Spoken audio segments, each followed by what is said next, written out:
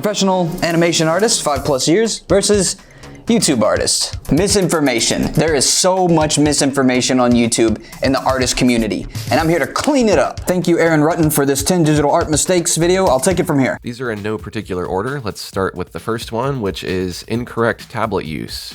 You want your tablet to be parallel to your screen. Oh, already wrong. You know what this sucker is? This was the very first tablet ever invented. This was my very first tablet. I got this sucker when I was like 13 years old or something, I can't remember. So he's saying to put it dead center, and I would have agreed with that back whenever I was just a little baby. But the second I got into the industry and watched professionals draw, I noticed they weren't using their wrists. In order to have confident strokes and purpose in their drawings, draw them with their elbow. So the way I saw professionals do it, and the way I eventually started doing it, was set it up on my desk, turn it at a little bit of an angle, and then set my elbow down on the desk. Instead of sitting here and trying to noodle and use my wrist to do things, which is very limited, I'm using my whole elbow. Then I would rotate the canvas if I needed to make confident strokes. All right, here's the thing though, for all of this was me. This doesn't have to be you. It's definitely not old Aaron. And you know what, looking back now that I think about it, so many professionals draw with their wrists. But the thing is, as a student, you probably want to rely on the elbow first and not the wrist. You can move to the wrist later. That's why sometimes you start in figure drawing, they tell you to draw like this, with your pencil like this, because you're relying on your arm movement, you're relying on the big picture. They don't want you to be holding it like a little crayon kindergarten or 5th grader thing, because they know you'll rely on your wrist. The second mistake on my list happens when you don't shift the hue of your color when you're shading. If I wanted to shade this circle and make it into a sphere, put a shadow on one side and a highlight on the other. However, this tends to look kind of flat. This time I'm going to shift the hue. Generally speaking, I'm shifting my highlights towards a warmer hue, and I'm shifting my shadows towards a cooler hue. And now I get a much more natural result when I'm shading. You don't know what you're talking about.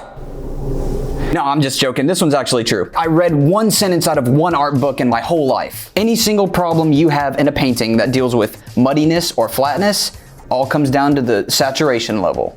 Make it more saturated or make it less saturated. That's completely unrelated, but it's a good tip. All right, moving on. Number 3 on my list is not adding enough contrast or enough range of values to your artwork, which will make it appear kind of flat or kind of dull. And you can see that in this apple here. It looks really flat. So we can see that we can add quite a bit more contrast to this piece. We added a lot more contrast, which helps it look more realistic. You done messed up here, Aaron. God, there's so much misinformation on YouTube. Makes me... I already showed this example in another video, but I'm gonna do it again because it's a great example. Boom, Ryan Lang. Anything you need to know about painting, Ryan Lang. Done. Let's take a look at this. There are 3 things in this painting that you need to know about. Only 3. This big old light, this darker light in the center, and this bounce light right on the boobie. And let's see which one you're missing. Guess what? You're missing the bounce light. If you want anything to look like it has volume, sits in a real space, then you gotta add the bounce light. Not everything has actual bounce light, but it's our job to make things feel volumetric. So what we're gonna do is we're gonna come in here with a little baby brush. We're just gonna make it real simple. Look, now that we got it down, we can change the hue. Remember what he was talking about, the hue? You got that one right, but not too much. Maybe you want to make it more saturated, bring down the brightness a little bit. God, I can't see anything. Now, breaking down the 3 simple things, you got the light, we've got the dark, and we got the bounce light, which is not as dark as the dark, and it's not as light as the light. And this sucker right here, this is called a core shadow. And you know what? You wouldn't have a core shadow without the bounce light. Mistake number 4 on my list is not looking close enough at your artwork to see mistakes. Banding from gradients or transitions in color. I can kind of scan around and I can look for some areas like, oh, what do we have here? Here's some weird little line. That's where all the protein's at. Don't cut that out. That's all the good bits. That brings us to mistake number 5, which is adding too much detail. You know, for instance, write a serial number, but then when you go to print this out or you view it from far away, suddenly all of that detail is lost. That serial number that I wrote on the robot looks more like a weird eyebrow now. Boom, professional tip. Aaron's back in business, baby. That's a master's tip. Never zoom in. I got 20+ years in the animation and gaming industry. Never zoomed in once.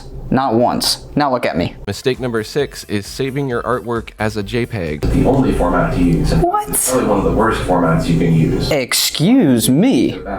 Aaron, you were here, now you're here.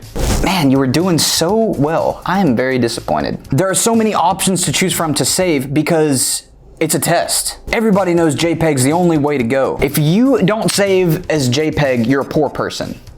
It's not the technology. If the painter has skills, it's gonna look good. If your painting is good, you save it at 1 pixel wide.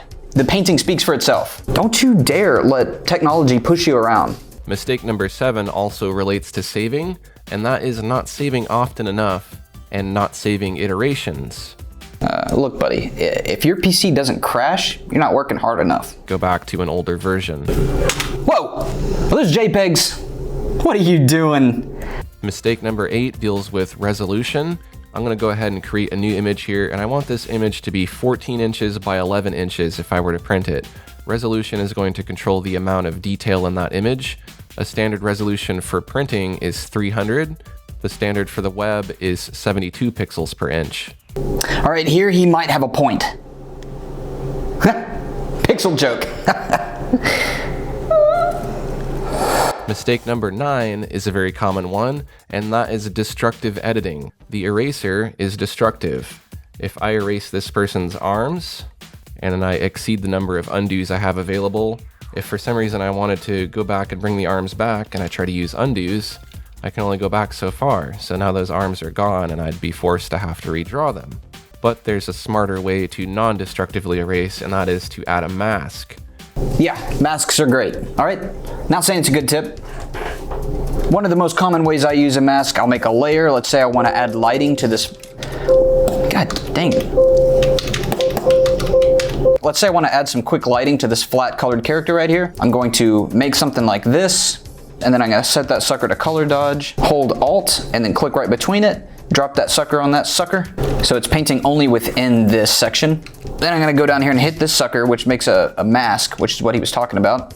And this is all based on black and white, you know? And we're going to take all of it, select all, we're going to cut that sucker out. Then you want to make sure you select the mask over here. And we're going to paint, and you can hit Tab X and it'll switch these suckers. So you paint on, you paint off, paint on, paint off. I'm going to paint on for the nose, and then boom, paint off. And if you look here, you'll notice I'm drawing with my elbow. Big confident strokes. And now what you can do is Control U on this layer right here. Boom, you bring up this sucker, and now you can actually change the settings for this mask color. Mistake number 10, come on. Number 10 on our list is not using layers. Believe it or not, a lot of digital artists don't use layers. And I can paint behind those layers. And if I don't want that layer to be blue, I want it to be green, I can select green and I can quickly fill that layer with green. Or I could fill it with red if I want it to be red, and I can quickly change it. Red background, what are we in hell? Sure feels like it. I don't know what's going on at this point. Everybody knows what layers are. Now making sure you're painting on the right layer, that's the hard part. Thank you, Aaron, for that very insightful video. Overall, I gotta say, there was some ups, there was some downs. I really didn't want to like you at first. Frankly, I couldn't stand you in the beginning. It was a little bit tiring. It's a little bit overwhelming, I gotta say, the arrogance. But you know what? I stuck with it. We got through it, and at the end of it, I gotta say, man, I'm proven wrong. I really felt like we had a connection there. I mean, I learned a lot from you. You sat me down. I remember you took my face in your little hands, and you looked me in the eyes. You looked me in the eyes, and you said, "Ethan, no more talking.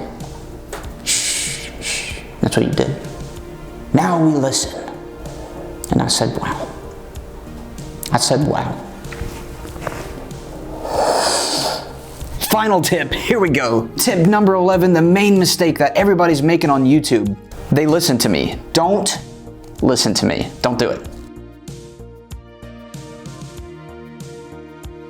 There ain't nothing on this earth that's original. You are not original. The only thing that's original is your view and how you decide to combine ideas. Get your little paper, get your little baby crayon, and go and break down professionals' artwork like this. It will blast you. How do you understand 3D space? Boom. Part A, breaking down photos or life, and part B, breaking down the G.